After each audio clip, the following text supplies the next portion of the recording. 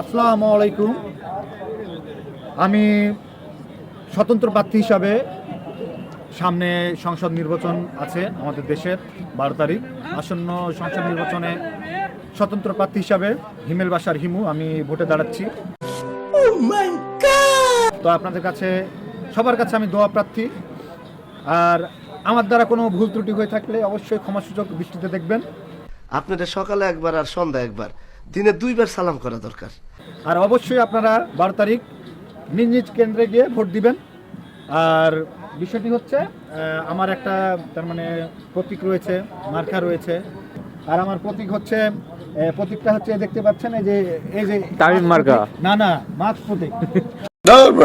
এটা হইলো বেটা হইলো। কারণ মাস্ক পরবেন, মাস্ক বলে কোনো কিন্তু প্রতীক নাই। আর নিজে সুরক্ষিত থাকবেন। এটা কিন্তু আমি শুধু নির্বাচনী প্রচারণা করছি না, এটা হচ্ছে একটা স্বাস্থ্য সচেতনতামূলক একটা প্রচারণা। ঠিক আছে, মাস্কটা একটু খুলো, ওই সবসময় মাস্কটা ঢেকে রাখছে। আমি বলুম না, আমার শরম করে।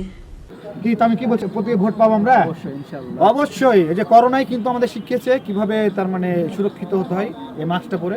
তো অবশ্যই আপনারা মাস্ক প্রতীকে আমাকে ভোট দিয়ে আমাকে বিজয়ী করবেন। অসংখ্য ধন্যবাদ আপনাকে।